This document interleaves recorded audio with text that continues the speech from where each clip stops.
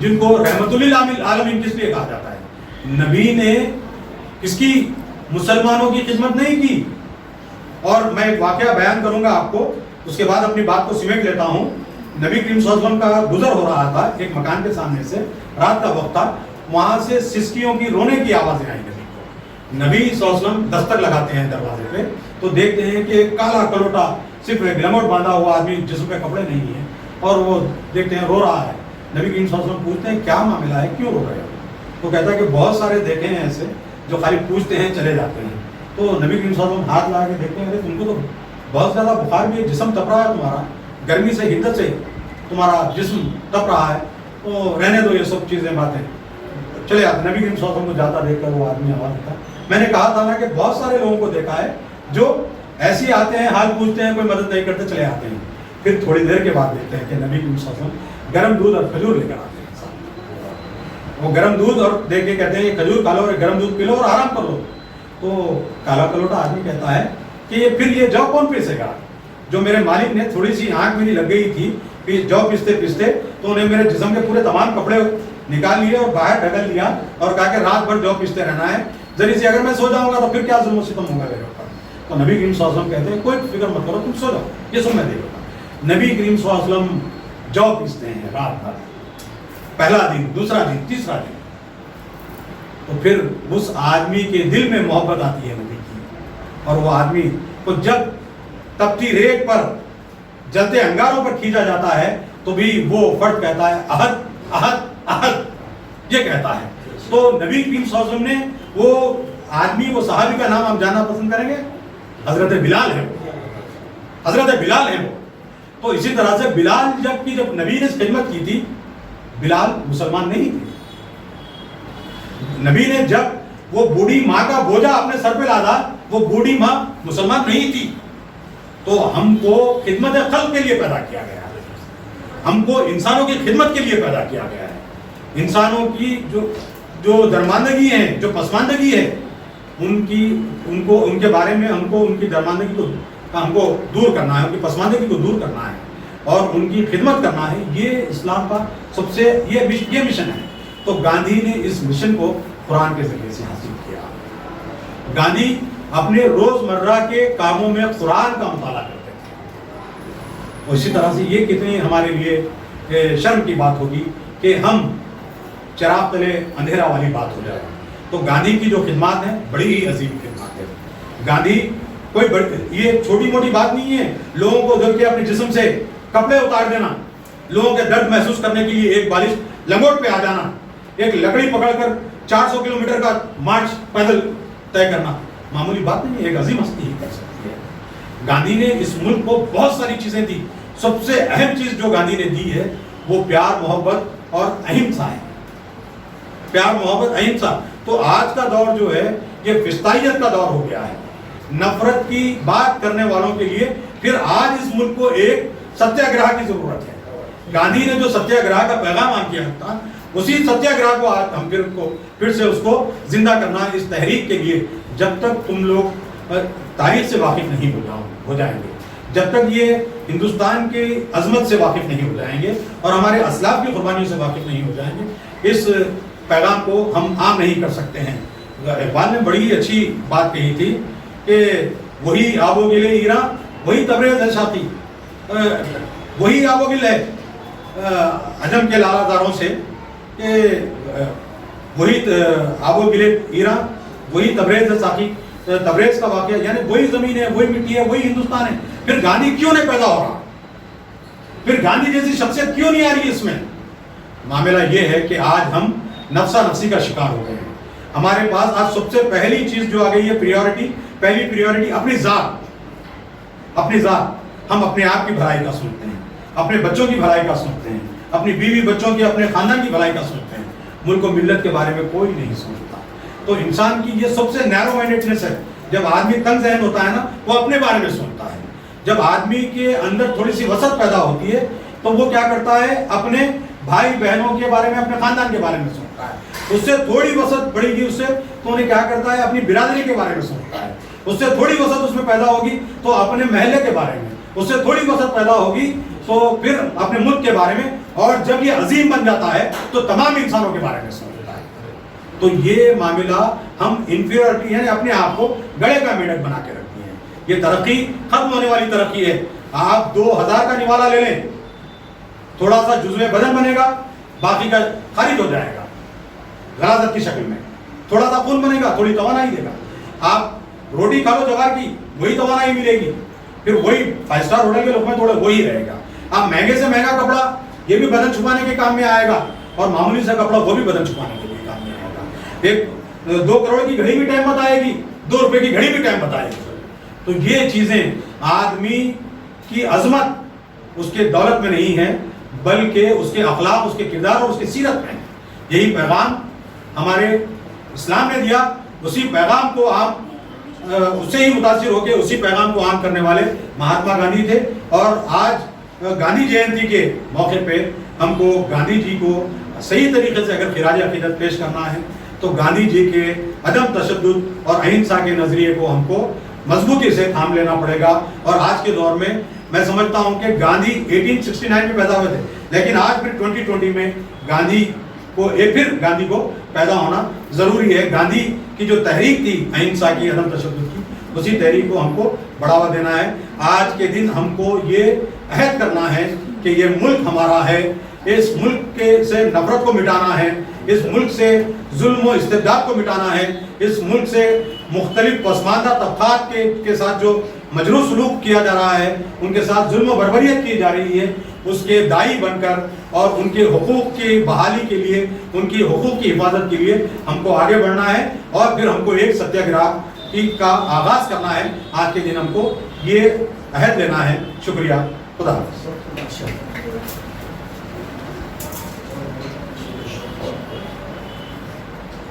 ماشاء اللہ. ابھی آپ نے جناب فاروق طاہر صاحب سے ایک تاریخی لیکچر سماعت فرمایا. بہت سی باتیں ہمارے علم میں لائی گئی ہیں، ہم اس کو جاننے کی کوشش کریں. حقیقت یہ ہے کہ ہندوستان کی تاریخ کچھ اور ہے اور تاریخ کچھ اور بتائی جاتی ہے. ابھی آپ اگر انٹرنیٹ پر سرچ کر کے دیکھیں کہ فریڈم فائٹرز کون کون ہیں، تو ابھی بھی آپ کو مسلمانوں کا نام نہیں بتایا جائے گا. میں جب سے کچھ چیک کر رہا تھا تو اس کے اندر ایک بھی مسلمان کا نام فریڈم فائٹرز میں لوگ شامل نہیں کریں. اتنی تنگ نظری ہو گئی ہے آج کی اس سیاست کے اندر. آج ہندوستان میں جو مہاتما گاندھی تھے، ان کے جو اصول تھے وہ سارے کے سارے بلا دیے گئے ہیں. اور اس بلائے جانے کی ایک دلیل آپ کو بآسانی مل سکتی ہے کہ کل جو لکھنؤ کی کورٹ کا فیصلہ آیا وہ خود یہ بتا رہا ہے کہ اب یہ دیش گاندھی جی کا دیش نہیں رہا، کہ بابری مسجد کے 32 ملزمین کو بری کر دیا گیا کہ جرم کیے ہی نہیں، یعنی بابری مسجد اپنے خود ہی سے گر گئی. اب یہ اصول اگر حکمران اپنا لیں گے تو پھر ملک کے اندر عدل اور مساوات کی کوئی صورتحال باقی نہیں رہ سکتی. اسی لیے ہم جب تک بھی رہیں اور ہماری آئندہ جنریشنز کے اندر ہمارے اپنے ملک میں ہم کو یہ بتانا ہے کہ یہ ملک مسلمانوں کی قربانیوں کا نتیجہ ہے. یہ ملک مہاتما گاندھی کی جو تاریخ شروع ہوتی ہے آزادی کی، وہ 19ویں صدی کے آغاز کی کہانی ہے، لیکن آزادی کی جنگ جو شروع ہوتی ہے وہ 17ویں صدی کے اختتام کی کہانی ہے. تو ہمارے سامنے 250 سال کی مکمل تاریخ کو غرق کر دیا جاتا ہے. اس کا آغاز جو کیا تھا شاہ ولی اللہ محدث دہلوی رحمۃ اللہ علیہ، ان کے بیٹوں سے جب اس کا آغاز ہوا اور وہاں سے سلسلہ چلا، علماء کرام میدان کارزار میں آئے اور پورے ملک کی آزادی کے لیے جدوجہد کی. آپ دیکھیں گے کہ کوئی بھی اس زمانے کے اندر اس چیز کو بیان کرنے تیار نہیں ہے، بلکہ سلیبس سے نکال لیا ہے. آج تعصب اور تنگ نظری کا یہ عالم ہے. ہماری عمر میں جب ہم 6ویں جماعت پڑھتے تھے تو گورنمنٹ کے نصاب تعلیم کے اندر ایک سبق ہوا کرتا تھا کہ مغلیہ سلطنت کے فرمان روا، پورا ایک سبق پڑھایا جاتا تھا. اس کے بعد ترنت ایک سبق پڑھایا جاتا تھا اشوک اعظم وغیرہ سب. مگر آج کی سماج علم اگر آپ اٹھا کر دیکھ لیں گے تو یہ چیزوں کا تذکرہ تک نہیں. کل جو نیا سلیبس آئے گا اس کے اندر اور چیزیں جو ہے اس کے اندر اور چیزیں تبدیل کر دی جائیں گی. اسی لیے ہم آپ سے بیان کرنا چاہتے ہیں کہ ہمارے ملک کی تاریخ کو جانو. یہ ملک ہماری قربانیوں کا نتیجہ ہے، جس میں 5 لاکھ مسلمان جو ہے سولی پر چڑھائے گئے تھے، موت کے گھاٹ اتارے گئے تھے۔ یہ بات اپنے ذہنوں میں رکھنے کی کوشش کریں۔ یہ ایک موقع تھا اور ایک لیکچر یہاں پر رکھا گیا۔ آپ نے جناب فاروق طاہر صاحب کا لیکچر بڑی دلچسپی سے سنا ہے۔ 1-2 سوالات وہ آپ لوگوں سے کریں گے، جو بھی سوال کریں گے تو انشاءاللہ ان کو جو ہے چاکلیٹ انعام دیا جائے گا انشاءاللہ۔ دیکھیے بہت ہی اچھی آپ کے استاد محترم نے باتیں کی۔ انٹرنیٹ کے سلسلے میں بتاؤں، یہ جدید ٹیکنالوجی سے ہم کو بھی آراستہ ہونا ہے۔ انٹرنیٹ پہ کہا جاتا ہے کہ گاربیج ان گاربیج آؤٹ، یعنی آپ جو ڈالیں گے وہی لکھیں گے۔ تو انٹرنیٹ کوئی ایسی وہ آسمانی صحیفہ نہیں ہے، اس کو بھی چلانے والے انسان ہی ہوتے ہیں۔ تو انٹرنیٹ پہ ہم بھی یہ مواد ڈال سکتے ہیں تاریخی حوالوں کے ساتھ۔ تو یہ ہماری بھی ناکامی ہے کہ میں کہتا ہوں کہ ہم اپنے حصے کی شمع جلائیں۔ ہم جو ہے شکوے کرنے سے بہتر ہم کام کی طرف آئیں اور کام پیش کریں۔ میں اب گاندھی جینتی کے موقع پر مہاتما گاندھی سے جڑے ہوئے چند سوال آپ سے کروں گا۔ سوال جس کو معلوم ہے وہ ایک ساتھ جواب نہ دے دیں، صرف ہاتھ اٹھائیں، میں ان سے جواب پوچھ لوں گا اور جس کا جواب درست ہوگا اس کو چاکلیٹ دیا جائے گا۔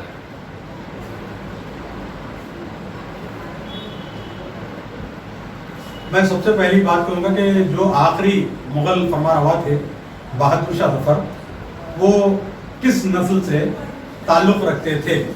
ابھی میں تقریب میں بولا، ابھی میرے رگوں میں ایک ان کا خون دوڑ رہا ہے، ایک نسل کا۔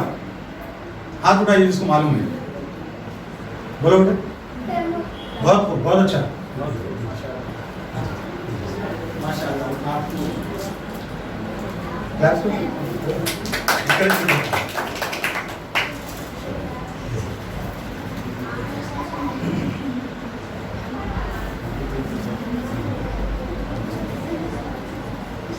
اب میں آپ سے دوسرا یہ سوال کروں گا کہ جب گاندھی جی کو ساؤتھ افریقہ کس نے بلایا؟ نام، ان کا نام بتانا ہے، ہاتھ اٹھائیے جس کا دیکھیے، بولیے۔ نہیں، کوئی درست بتا سکیں گے جواب؟ مسلمان نام ہے۔ گاندھی کو گاندھی بنانے والے، اور یوگیندر یادو نے بھی کہا کہ ان کو اپنے بیٹے کی طرح پڑھایا، ان کی تربیت کی، کردار سازی کی۔ دادا Abdullah. Very good, right answer. دادا عبداللہ، ماشاءاللہ۔ اچھا سوال، ماشاءاللہ۔ گاندھی کیپ یعنی گاندھی ٹوپی بنانے والی اور پیش کرنے والی کون تھی؟ بولو۔ بی اما، درست کیا آنسر، بات ہے، درست آنسر۔ ماشاءاللہ۔ ان کا نام آبادی بانو بیگم ہے، بی اما کے نام سے۔ اور گاندھی جی جب بی اما کا انتقال ہو رہا تھا تو گاندھی جی دور تھے، تو گاندھی جی خود یہ بولے کہ میں اپنی ماں کی انتقال کے وقت ان کے پاس رہنا چاہوں گا، اور وہ ان کے انتقال کے وقت آ گئے تھے اور ان کے پیر کے قریب کھڑے ہوئے تھے۔ گاندھی بی اما کی بالکل اپنی ماں کی جیسا احترام کرتے تھے مہاتما گاندھی۔ یہ بات بہت ہی ہمارے لیے فخر کا باعث ہے۔ اب دوسرا سوال، مہاتما گاندھی کو، جیسا موہن داس کرم چند گاندھی ان کا نام ہے، ان کو مہاتما کا خطاب کس نے دیا؟ ابھی بی اما بولے، نہیں بی اما کا نام لیے ان کے، نہیں ہاتھ اٹھانا۔ محمد علی جوہر۔ یہ جواب چھوڑ دیجیے، کیونکہ یہ جواب چھوڑ دیجیے۔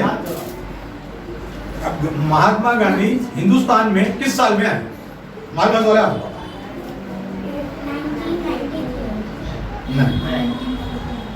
1994۔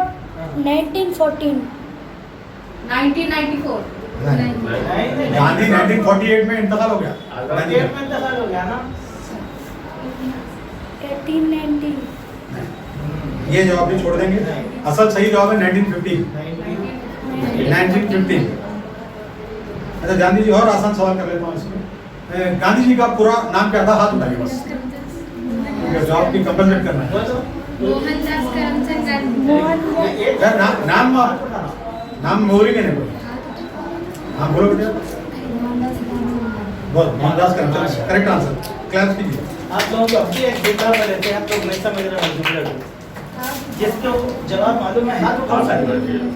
اب گاندھی دیکھیے جواب جس کو معلوم ہے بولو مت ہاتھ اٹھاؤ. ہاتھ اٹھا گاندھی جی کی زندگی کو کس نے بچایا؟ جو آنسر دے دیا very good very good very good. Last. یہ جواب ان کے واسطے آسان تھا. ان کے گھر میں بطخاں ہیں.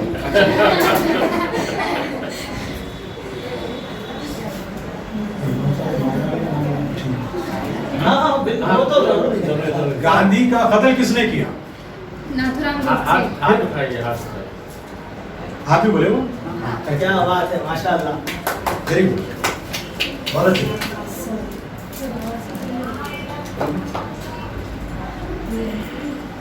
ماشاء اللہ آج ہمارے درمیان جناب فاروق طاہر صاحب موجود ہیں جن کے لیکچر سے ہم لوگ مستفید ہوئے ہیں. ہمارے تمام طلبہ اور طالبات مدرسے کی جانب سے آپ کو ایک تحفہ علمی تحفہ دیا جا رہا ہے انشاءاللہ سبحانہ تعالیٰ.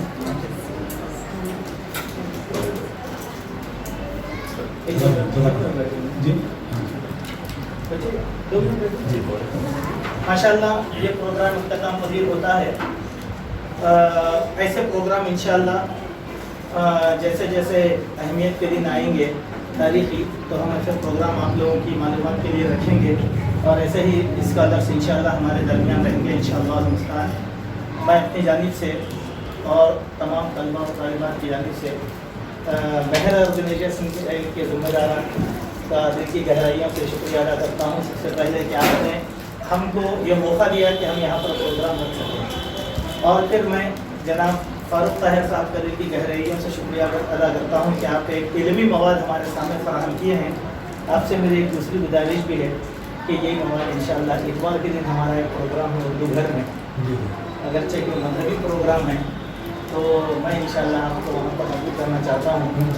تو یہی لیکچر ہم وہاں پر دیں گے اور میری جگہ انشاءاللہ آپ وہاں پر قبول کریں گے انشاءاللہ. کیونکہ قوم میں یہ شعور بھی آنا بہت زیادہ ضروری ہے تعلیم کا شعور. ورنہ قوم جو ہے گمراہی میں پڑی رہے گی. آپ کا بڑی دل کی گہرائی کے ساتھ میں شکریہ ادا کرتے ہوئے اس محفل کے اختتام کا اعلان کرتا ہوں. سبحانک اللہم ربنا و بحمدک اشہد ان لا الہ الا انت استغفرک و اتوب الیک.